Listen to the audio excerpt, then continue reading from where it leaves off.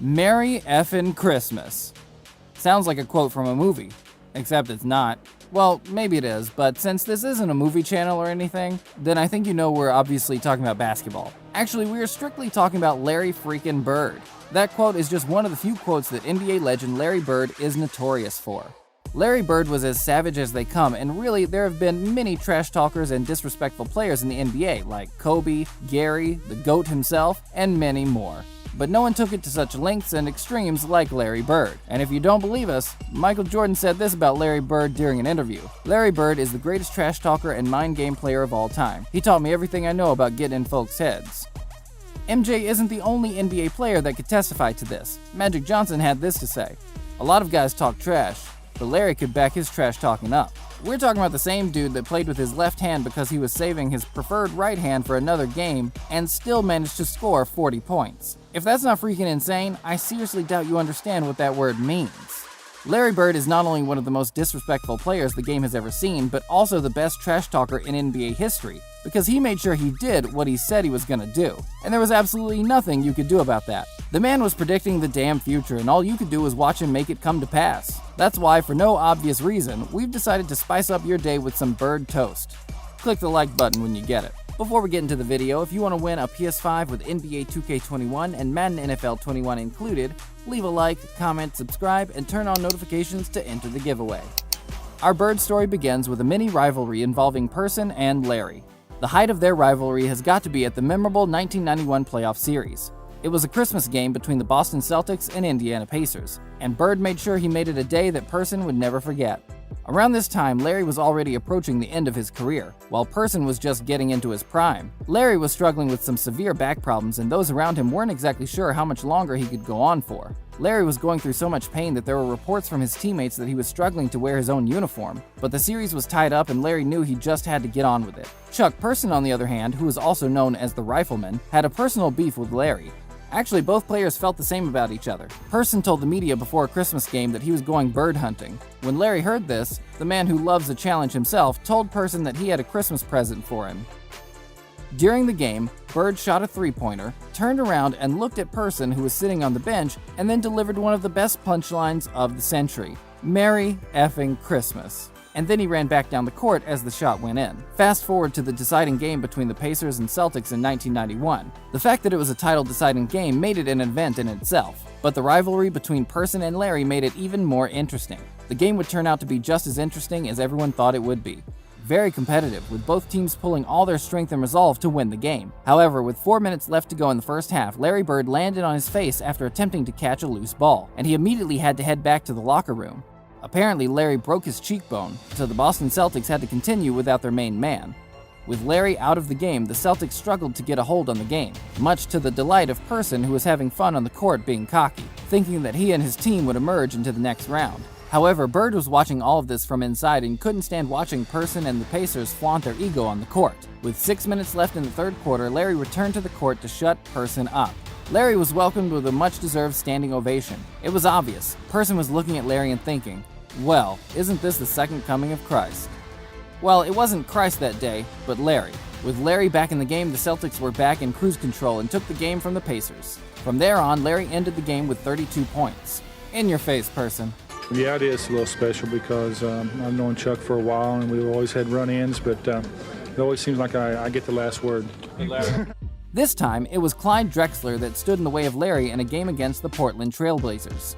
Clyde was given perhaps one of the most difficult tasks anyone could have given to a rookie: to guard Larry Bird. This obviously didn't sit well with Larry, who was not feeling the Clyde. So he looks at Clyde and says to him, "You can't stop me." And I looked at him and I said, "Gosh, boy, you're so confident." He goes, "Confident?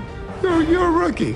You don't know anything." He proceeded to score like 10 straight points on me. By the end of the game, Larry had gone to score 10 straight points on Clyde, and then he walked past the guy and started laughing at him. This time, Larry decided to pick on someone his own size, Magic Johnson.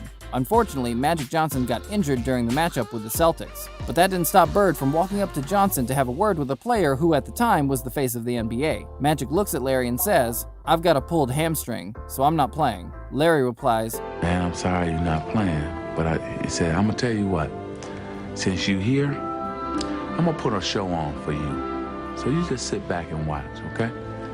And I'm like, man, get out my face, man. And here's what happened next. Every time Larry hit a basket, he looked at Magic. The disrespect. Larry was one of the most competitive players in the NBA. The man wasn't afraid of anyone, and he showed it night in and night out. Larry also knew he was a threat to the rest of the team in the league, and that's why he was always angry when rivals didn't show him the respect he felt he deserved. Charles Barkley told a story of when Bird was angry after the Philadelphia 76ers put a white player on Larry. Barkley says that Larry was so angry that he was cursing under his breath, so Barkley asked him what the problem was, and Larry just replied, "You guys are being disrespectful to me. You guys are putting a white guy on me.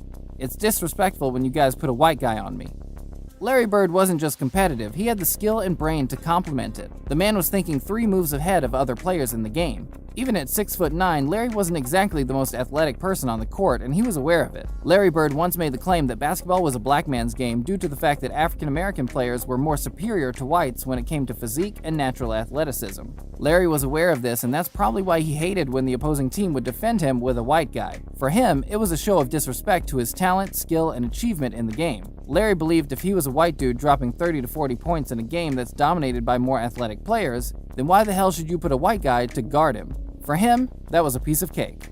This one happened in a game against the Seattle Supersonics where Bird was being guarded by Supersonics forward Xavier McDaniel. In the 80s, Xavier McDaniel was one of the most popular players in the league, and he was known for being very physical. With the match tied late in the game, Larry decided to take on the player who was guarding him and said to him, "I'm going to get the ball right here and I'm going to shoot it right in your face." McDaniels just responded by saying, "I know, I'll be waiting." After a timeout, Bird made 2 baseline cuts, then posted in the exact spot he had indicated to McDaniel, paused, turned, and made it in his face. After making the shot, Larry realized that there was still 2 seconds left before the buzzer hit, so he turned to McDaniel and said, "I didn't mean to leave 2 seconds on the clock." Jeez. McDaniel said all he could remember doing was walking back to the sideline. Every player that ever come from Indiana and shot a 3-pointer in his face, all net. We was like, Larry Legend is at it again. The 3-point shot was first introduced in the NBA during the 1979 NBA season, the same year Larry began his professional basketball career. 7 years later, the NBA brought the first 3-point shooting contest at the 1986 All-Star Weekend in Dallas, which Larry won. He won the second contest in Seattle the following year and was looking to win the 3rd consecutive one to complete the three-peat in the All-Star Weekend at Chicago. In those first 2 competitions, Larry had proved to both himself and the entire NBA that he was the best long-distance shooter in the league by a mile, and he wanted those that were competing with him to be aware of that. So Bird walked into the All-Star locker room just before the game started, stared at everyone, and asked one of the cockiest questions. Which one of you is coming second? We had a 3-point contest at the All-Star break, and Larry walks in and says, "I hope all you guys in here are thinking about second place because I'm winning this." Excuse me?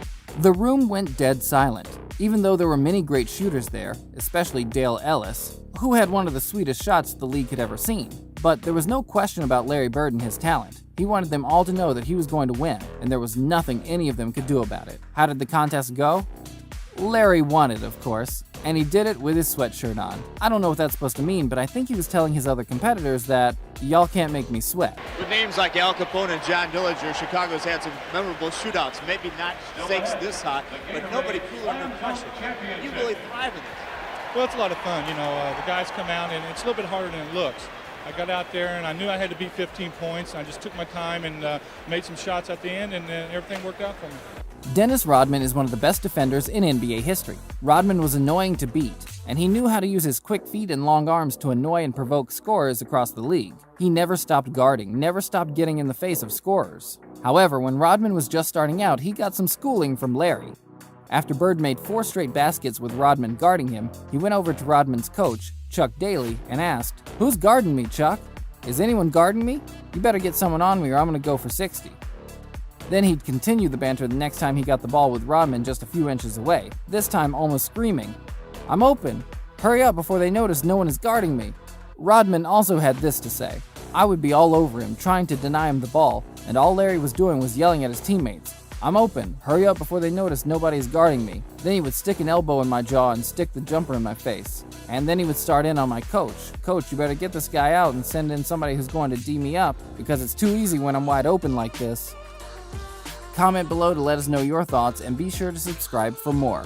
And don't forget to turn on notifications so you never miss another one of our videos. We'll see you next time, Latest Hoops fans. Until then, keep shooting your shot.